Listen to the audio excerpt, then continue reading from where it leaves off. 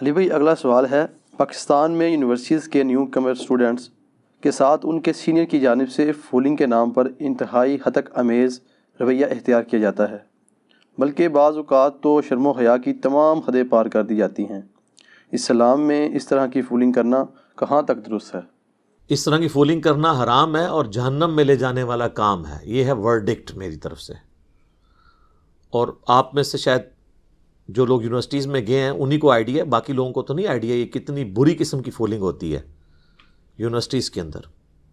Even ہمارے جو ریاستی ادارے ہیں ان کے ہاسٹلس کے اندر بھی اس قسم کی فولنگ ہوتی ہے، بڑی فوش قسم کی فولنگ اور بڑی ہتک امیز قسم کی فولنگ۔ بعض لوگوں نے فولنگ کی وجہ سے یونیورسٹیز چھوڑ دی ہیں، بعض بچے ایسے ہیں جنہوں نے خودکشیاں کر لی۔ اب انسان ویسے حیران ہوتا ہے یہ کیسے ہو گیا خودکشی کر لی؟ سر ہر بندے کا ٹیمپرامنٹ ایک جیسا نہیں ہوتا۔ بعض لوگ ایک چھوٹی سی بات کو اتنا دماغ پہ سوار کرتے ہیں کہ وہ اپنے آپ کو نقصان پہنچا دیتے ہیں۔ بعض تو ایسے ہوتے ہیں دوسرے کو جا کے مار دیتے ہیں، بعض ایسے ہیں جو اپنے آپ کو مار لیتے ہیں، بعض لوگ کہتے ہیں میں پڑھوں گا ہی نہیں۔ تو اس قسم کی فولنگ کرنا نیو کمرز کے لیے تو آپ کو ایک سینئر کے طور پہ انہیں گائیڈ کرنا چاہیے۔ اس لحاظ سے میں کہوں گا ہماری جو مذہبی تنظیمیں ہیں نا یونیورسٹیز کے اندر، چاہے وہ تبلیغی جماعت ہو، دعوت اسلامی ہو، جمعیت والے ہوں، یہ سب وہ لوگ ہیں جو نیو کمرز کو فولنگ سے بچاتے ہیں، چاہے وہ اسلامی یونیورسٹی ہو، انجینئرنگ یونیورسٹی ہو، باقی یونیورسٹیز ہوں۔ اس میں ان کا اپنا بھی غرض ہوتا ہے کل کو ہمارے ساتھ اٹیچ ہوں گے، لیکن پھر بھی بڑی نعمت ہے۔ میں نے خود اپنی یونیورسٹی کے ہاسٹل میں، میرے ہاسٹل میں جتنے عرصہ میں رہا ہوں پورا سال 2 سال میں نے نیو کمرز اسٹوڈنٹ ساتھ اپنے رکھے ہیں، صرف اس وجہ سے کہ وہ شروع میں تنگ کرتے تھے ان کو سینئرز، تو وہ پھر بعض اوقات لوگ ڈسارڈ ہو جاتے ہیں، سب کچھ چھوڑ کے چلے جاتے ہیں۔ تو اس طرح کی فولنگ کرنا جس میں آپ اس کی ایسی تذلیل کر دیں اور فحاشی کو پروموٹ کریں، یہ بالکل حرام ہے، اور یہ بتانے کی ضرورت نہیں، ان کو خود بھی پتہ ہے یہ حرام ہے۔ سورۃ الحجرات میں اللہ تعالیٰ نے فرمایا ہے کہ نہ تو مؤمن مرد ایک دوسرے کا مذاق اڑائیں، ایک دوسرے کے برے نام رکھیں، اور نہ مومن عورتیں۔ اور پھر اللہ تعالیٰ نے اس پہ فتویٰ دیا ہے کہ ایمان لانے کے بعد کسی شخص کا فاسق ہونا یہ کتنی بڑی برائی ہے اس کے حق میں۔ تو اللہ نے فرمایا ایسا بندہ فاسق ہے جو یہ حرکت کرتا ہے، یعنی گناہ کبیرہ کا مرتکب ہے۔ اور یہ حدیث تو آپ نے اکثر سنی ہے، بخاری اور مسلم دونوں میں، کہ مسلمان وہ ہے جس کے ہاتھ اور زبان سے دوسرے مسلمان محفوظ رہیں۔ اور ایک اور حدیث ہے بخاری اور مسلم میں، نبی صلی اللہ علیہ وآلہ وسلم نے فرمایا کہ مؤمن وہ ہے جو اپنے بھائی کے لیے بھی وہی پسند کرتا ہے جو اپنے لیے پسند کرے۔ تو پھر اس طرح تو کوئی تکلیف نہیں دے گا کسی کو۔ پھر صحیح بخاری میں حدیث ہے کہ جو شخص مجھے 2 چیزوں کی گارنٹی دے دے، اپنی زبان کی اور شرمگاہ کی، میں اسے جنت کی گارنٹی دیتا ہوں۔ بخاری اور مسلم دونوں میں حدیث ہے کہ بعض اوقات اللہ تعالی کی نافرمانی کا کوئی شخص ایسا جملہ اپنی زبان سے نکال دیتا ہے جس کی طرف اس کی توجہ بھی نہیں ہوتی، اور وہ مشرق اور مغرب کے فاصلے کے برابر اتنی چوڑی، جو یعنی گھاٹی گہرائی کے اعتبار سے، اس میں جہنم کی جا کے گرتا ہے اور اس کی توجہ بھی نہیں ہوتی کہ میں نے یہ کیا کلمہ نکال دیا اپنی زبان سے۔ بڑا سینسٹیو ایشو ہے۔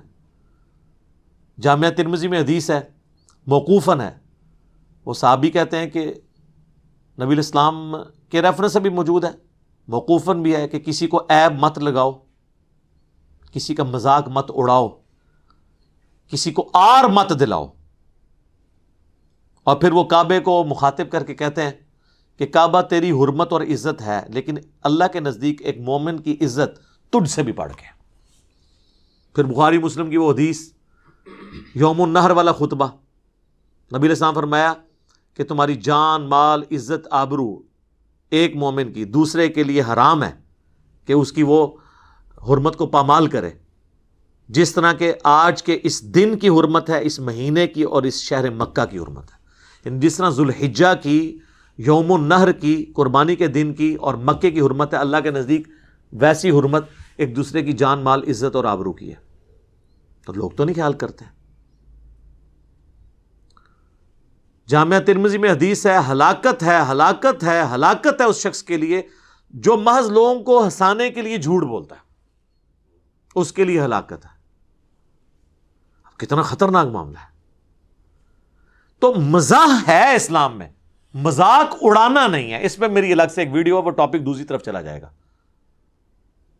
صحیح بخاری میں حدیث ہے, نبی علیہ السلام نے فرمایا دیکھو کسی شخص کا اگر کسی دوسرے شخص کے اعتبار سے اس پہ حق نکلتا ہے نا, تو دنیا میں ہی معافی تلافی کر لو, قیامت کے دن یہ معافی تلافی نہیں ہوگی بلکہ اپنی نیکیاں دینی پڑیں گی, اور جس کی نیکیاں بھی ختم ہو جائیں گی اسے اپنے جو دوسرے کے گناہ اپنے نامہ اعمال میں ڈلوانے پڑیں گے, تب اس کی خلاصی ہوگی. یہ صحیح بخاری کے الفاظ ہیں, اور مسلم شریف میں تو اس سے بھی آگے ہیں.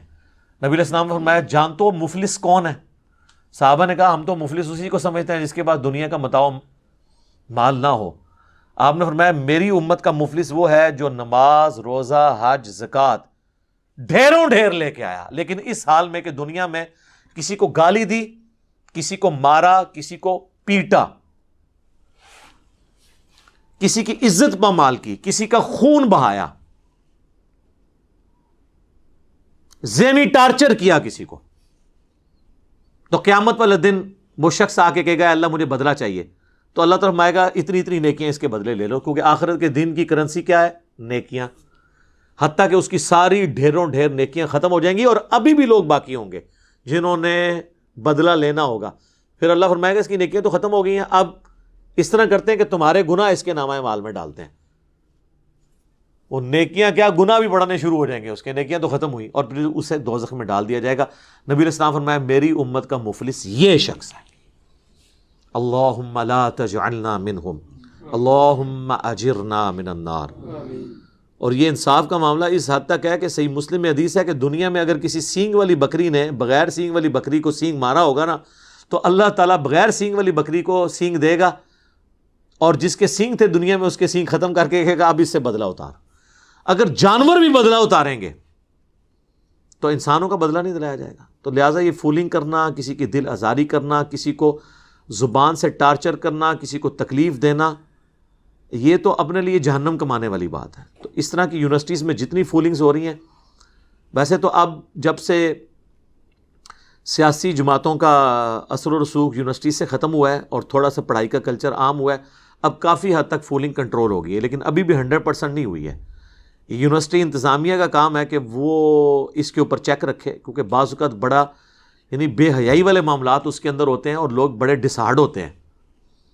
میں نے بتایا خودکشیاں کی ہیں لوگوں نے یونیورسٹیز چھوڑ کے, اور پھر وہ بھی یہ ہے کہ وہ بعض اوقات بیچارے کوئی اتنے سادہ لوگ ہوتے ہیں ان کی ہی بار بار لوگ فولنگ کرتے رہتے ہیں, کیونکہ بیچارے وہ اپنا دفاع نہیں کر پاتے. ہر کوئی بندہ تیز ترار تو نہیں ہوتا, تو وہ بڑا مشکل وقت ہوتا ہے یونیورسٹیز کے شروع کے کوئی 3-4 مہینے جو ہے نا, اس میں بڑی عجیب و غریب قسم کی ایکٹیویٹیز پرفارم کرواتے ہیں, خصوصاً جہاں پہ کو ایجوکیشن ہے وہاں تو اب سینئرز جو ہے نا وہ اسٹوڈنٹس کو پھول دے کے بھیجتے ہیں کہ جی فلاں جا کے اس فلاں لڑکی کو جا کے پھول دے آؤ. اب مجھے بتائیں اب یہ حرکت یعنی وہ فلاں لڑکی اگر اس کی بھیجنے والی کی بہن ہو تو وہ یہ گوارا کرے گا کہ یہ حرکت کروائے؟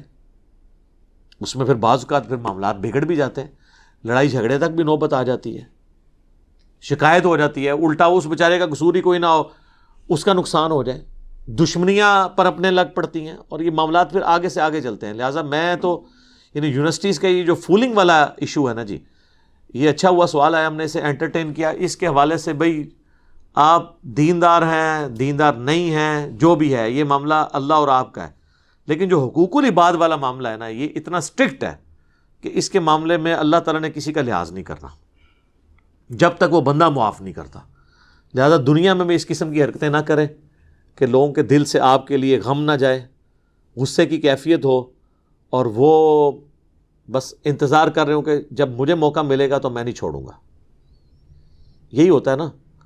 اب چلے ایک بات چل نکلی ہے تو میں آپ کو ایک ضمناً اس میں بتا دوں, یونیورسٹیز میں فولنگ کے اندر وہ والے کام بھی بعض اوقات ہو جاتے ہیں جو آج کل مدرسوں میں مفتیوں کی ویڈیو لیک ہو کے آ رہی ہیں, یہ والے کام بھی ہو جاتے ہیں. تو اب ظاہر ہے ایک بندے کو ذہنی طور پہ ٹارچر کرنے والی بات ہے. تو مدرسوں کے اندر بھی اس قسم کے بچوں کے ساتھ معاملات ہو رہے ہیں, اور بڑا ایک یعنی دکھ کا معاملہ ہے. اب لوگ کہہ رہے ہیں جی علماء کے خلاف سازش ہو رہی ہے, ان کی ویڈیوز لیک ہو رہی ہیں. سر سازش تب ہو رہی ہو جب آپ کے علماء کی یہ ویڈیوز گن پوائنٹ پہ بنوائی جائیں, جب ان کی ویڈیوز انہوں نے اپنی مرضی سے بنائی ہوئی ہیں, یعنی اس اعتبار سے کہ کام انہوں نے خود کیا، کسی نے چوری چھپے بنائی ہیں، تو ان کے خلاف سازش تو نہیں ہے، یہ وہ خود انہوں نے اپنے خلاف سازش کی ہے۔ تو ایک تلخ حقیقت ہے کہ یہ ویڈیوز اب آنا شروع ہوئی ہیں، یہ کام پہلے سے یہ لوگ ڈالتے ہیں، ان کو چھوڑتے ہیں۔ میں ان کو ان کے بزرگوں کا حوالہ دیتا ہوں۔ تاریخ ابن کثیر جو ہے نا، ابن کثیر جو ہیں یہ شاگرد ہیں امام ابن تیمیہ کے، اور بریلوی دیوبندی اہل حدیث تینوں کے نزدیک ان کی تفسیر ابن کثیر قرآن کی مانی جاتی ہے۔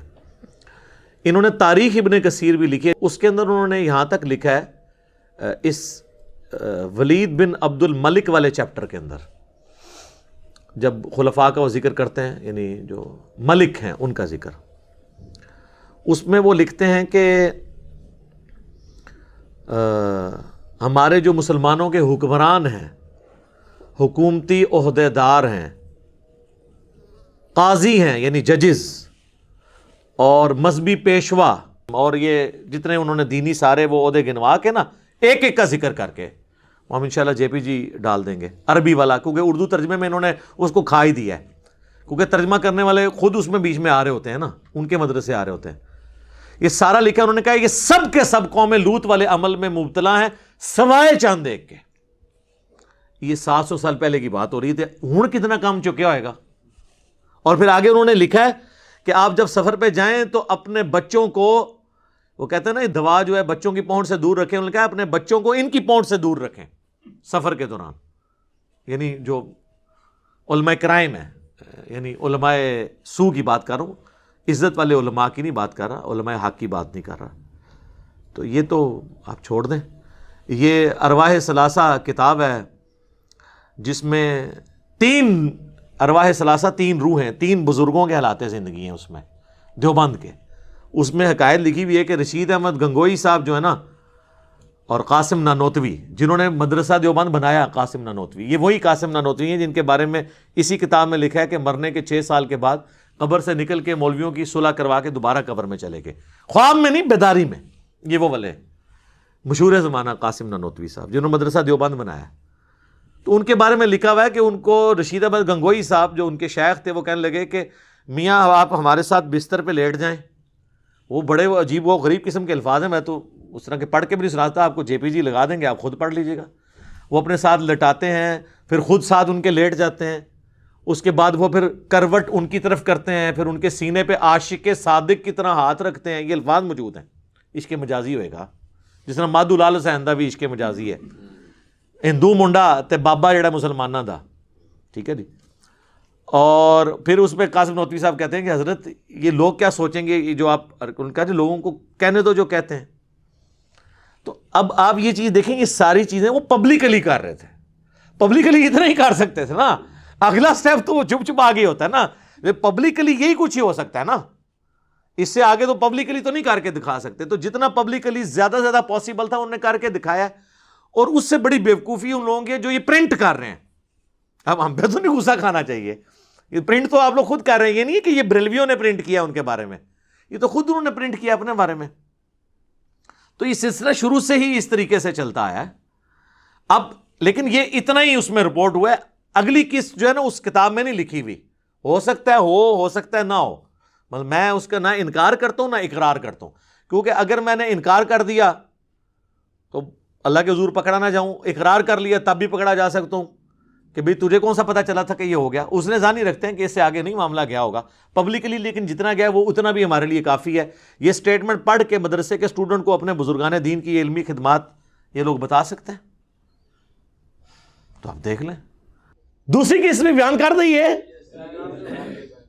یار، رہنے دیں نہیں یار، وہ پھر کہیں گے یہ بالکل اس طرح کر رہا ہے اور وہ کر رہا ہے، کتابوں سے کر رہے ہیں۔ چلے جی، بلال بھائی کہہ رہے ہیں کتابوں سے ہی کر رہے ہیں نا، تو چلیں ہم کنٹرول الفاظ میں، وہ اتنے فلمی الفاظ تو میں استعمال نہیں کر سکتا۔ تذکرۃ الرشید ایک کتاب ہے جس میں رشید احمد گنگوئی صاحب کا تذکرہ ہے، یعنی ان کے حالات زندگی ہیں اور ان کے اپنے چاہنے والوں نے بیان کیے ہیں۔ اس میں اس کی اگلی اور سمجھ لیں آخری قسط ہے، یا آج جو ہم بیان کر رہے ہیں یہ آخری قسط ہوگی ان کے لیے۔ اس میں اس خواب کا ذکر موجود ہے، یہ تو بیداری تھی نا، کہ وہ عاشق صادق کی طرح لیٹے، اور قاسم نانوتوی کو بھی سمجھ آ گئی، انہوں نے کہا میاں کیا کر رہے ہو، لوگ کیا کہیں گے۔ اس کی اگلی قسط یہ ہے کہ تذکرۃ الرشید میں لکھا ہے کہ رشید احمد گنگوئی صاحب کہتے ہیں کہ میں نے ایک رات خواب میں دیکھا کہ مولانا قاسم، جن کو انہوں نے پہلے لٹایا تھا اور سینے میں فیض ٹرانسفر کیا تھا، وہ دلہن کی شکل میں میرے عقد میں آئی ہیں۔ جی جی جی جی جی، وہ دلہن کی شکل میں، یہ نہیں انہوں نے کہا کہ میری دلہن اس شکل میں آئی، انہوں نے کہا وہ دلہن کی شکل میں میرے خواب میں آئیں، عقد میں آئی، خواب میں ہی انہوں نے دیکھا۔ اور اس کو آگے بیان کرنے سے پہلے میں بتا دوں کہ بخاری مسلم دونوں میں حدیث ہے کہ خواب کی 3 اقسام ہیں، اللہ کی طرف سے، شیطان کی طرف سے، یا نفس کی طرف سے۔ نفس کی خواہشات بھی بعض اوقات اس طرح سامنے آتی ہیں، جیسے عمران خان صاحب نے 2013 میں کہا کہ میں نے خواب دیکھا ہے کہ میں پرائم منسٹر بننے والا ہوں، کلین سویپ کیا ہے۔ اس وقت تو نہیں ہوا، بعد میں کلین سویپ نہیں ہوا، پرائم منسٹر وہ بن گئے۔ تو اس وقت جو خواب انہوں نے دیکھا تھا نا، وہ ان کی نفس کی خواہش تھی، وہ سامنے آئی۔ ہر وقت جب بندہ سوچے تو کچھ نہ کچھ تو ہو جاتا ہے۔ ڈاکٹر طاہر القادری صاحب نے تو آپ میں سے کئی لوگوں کی پیدائش سے پہلے یہ خواب دیکھا ہوا ہے، تو نفس کی خواہش ہی تھی نا، ہوئی تو نہیں، کوئی غیبی خبر تو نہیں تھی وہ والی۔ تو کہتے ہیں جی میں نے خواب میں دیکھا کہ وہ جو ہیں وہ دلہن کی شکل میں میرے پاس آئی ہیں، اور پھر وہ ان کا نکاح ہوا، اس کے بعد پھر روحانی اولاد بھی ہوئی۔ ہاں جی، اور اس کے بعد یار یہ اگر کسی کو خواب آیا بھی تھا تو ظالموں اس کو لکھنے کی کیا ضرورت تھی؟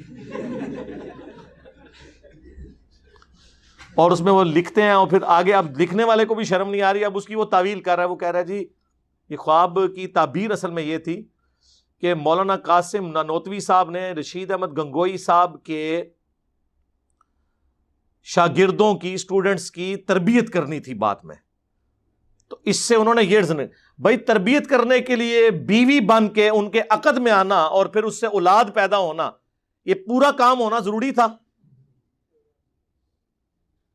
اگر یہ سمجھتے ہیں نا کہ اس خواب میں کوئی مسئلہ نہیں ہے تو سر بیان کرو، پوری دنیا کی دیوبند کی مساجد میں اگلی دفعہ یہ خواب بیان کیا جائے بزرگوں کی کرامات کے طور پر۔ بھائی جو چیز ہوگی آپ فخریہ بیان کریں گے نا، جس عقیدے سے آپ لوگ منہ چھپاتے پھریں، تو صحیح مسلم کی حدیث ہم آپ پہ فٹ نہ کریں، گناہ وہ جو تیرے دل میں کھٹکے اور تو اس بات سے ڈرے کہ لوگ اس پر مطلع ہو جائیں۔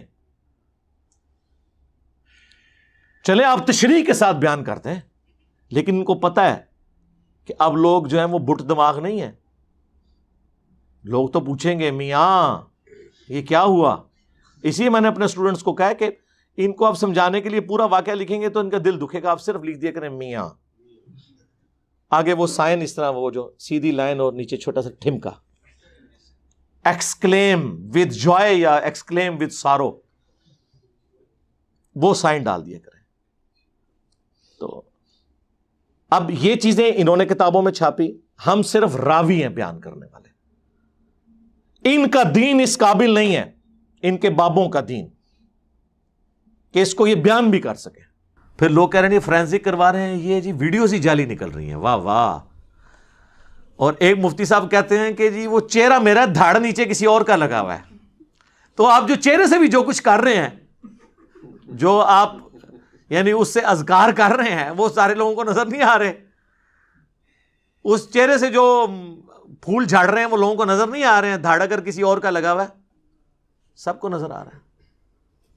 اور دوسرے ایک مولوی کو دیکھیں، وہ تو اب اندر ہو گیا ہے، اس نے اپنے بابوں کو، مفتیوں کو بچانے کی خاطر کہہ دیا کہ صحابہ کرام نعوذ باللہ ان سے بھی تو یہ ہوئی ہیں۔ حضور اکرم صلی اللہ علیہ وسلم کے زمانے میں، پاک زمانے میں، کیا ایسے واقعات پاک محفوظ عن الخطا لوگوں سے نہیں ہوئے؟ ایک مشہور عالم دین ہے اور اس کی ساری چیزیں، حالات، واقعات صبح و شام مفتی صاحب کے ہمارے اوپر واضح ہیں، اور ان کو نشے میں، چائے میں نشہ دیا گیا، ویڈیو کے اندر صاف موجود ہے کہ وہ اس کی حرکتیں بے قصد ہیں، ہم کو ان کے ساتھ دینا چاہیے۔ کل تک یہ لوگ جو ہیں وہ عصمت صحابہ کا رونا روتے تھے، اور آج یہ لوگ، وہ پنجابی میں ایک محاورہ ہے کہ باندری دے پیر جدو سڑن لگ دینا تو اپنے بچے پیروں تھلے دے لیندی، یعنی بندریا کے جب پاؤں جلتے ہیں نا دھوپ کی وجہ سے، تو اپنی جان بچانے کے لیے اپنے بچوں کو پاؤں کے نیچے لے لیتی ہے۔ تو جب ان مفتیوں نے دیکھا کہ مطلب ہماری عزت سٹیک پہ لگنے لگی ہے، انہوں نے پھر صحابہ کرام کا نام یوز کرنا شروع کر دیا. پنڈی میں ایک دیوبندیوں کا بڑا مفتی ہے. ویسے تو اب آلموسٹ ہر فرقے سے ہی لوگ نکل رہے ہیں، اور آلموسٹ اس کام پہ تو فرقوں کا اجماع ہو چکا ہے علماء کا، پبلک کا نہیں، علماء کا. تو اب لوگ کہتے ہیں نہیں علماء کی عزت نہیں کرتے.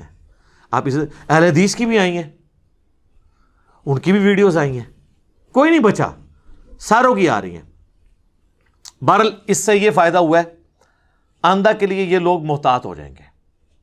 وقتی طور پہ یہ فتنہ تھمے گا انشاءاللہ تعالی. اور اب جو یونیورسٹیز میں بھی اس طرح کے واقعات رپورٹ ہوئے ہیں، کیمروں کی طرف جا رہے ہیں، گورنمنٹ نے جو ہے لوگوں کو ایجوکیٹ بھی کیا جا رہا ہے کہ بھئی اس کی پوری زندگی کی سزا ہے جیل کے اندر، اتنی بڑی سزا ہے. ویسے اسلامی شریعت تو نافذ ہو، میری ویڈیو بھی ڈیٹیل آ چکی ہے، اس میں تو ان کو قتل کیا جائے گا جو یہ ایسے عمل کر رہے ہیں.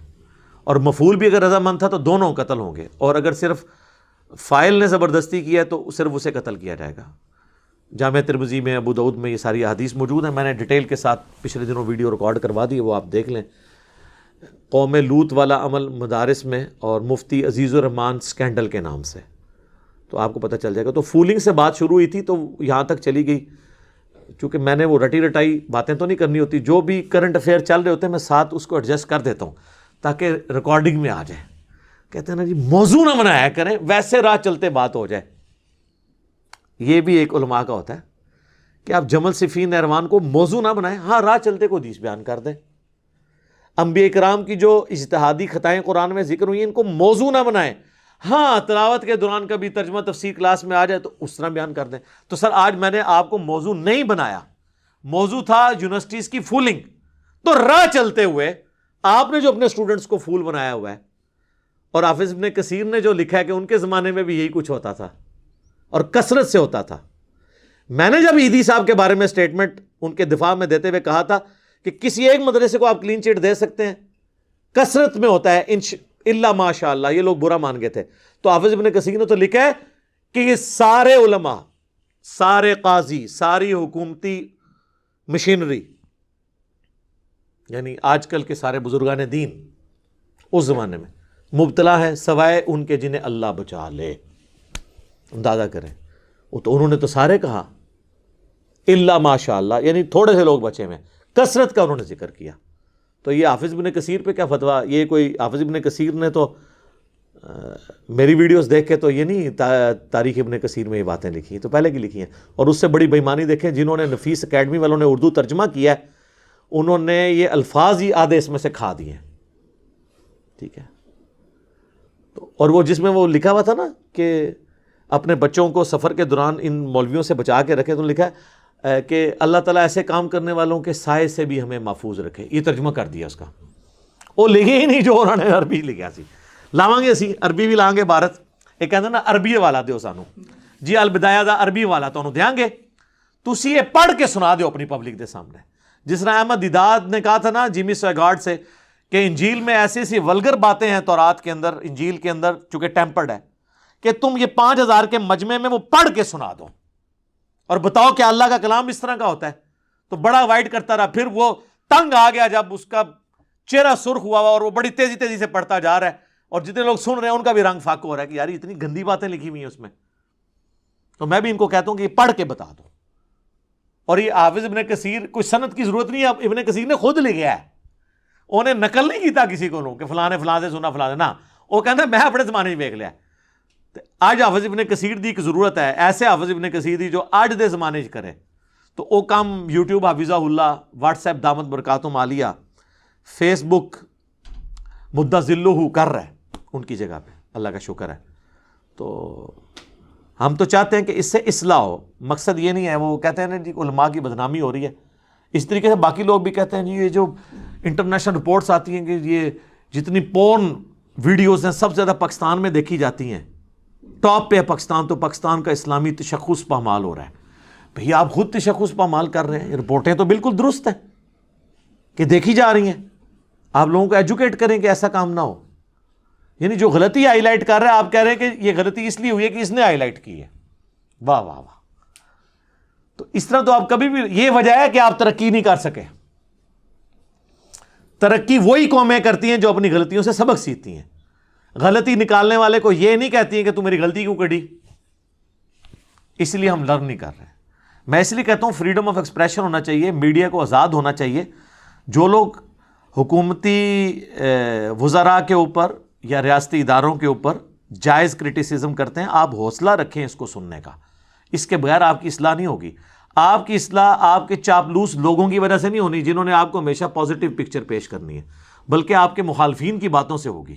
میں نے جو اتنا لرن کیا ہے وہ اپنے مخالفین کی وجہ سے کیا ہے، اور وقت کے ساتھ ساتھ اتنی لرننگ ہوئی ہے، پتہ چلا کہ اس میں یہ ہے، اس میں یہ ہے، اس میں ایسے، اس کو ایسے امپروو کرنا ہے، وقت کے ساتھ امپروو کیا. لیکن اگر آپ اپنے آنکھیں کان یہ سب کچھ بند کر لیں گے، پھر آپ کی کبھی اصلاح نہیں ہو سکے گی.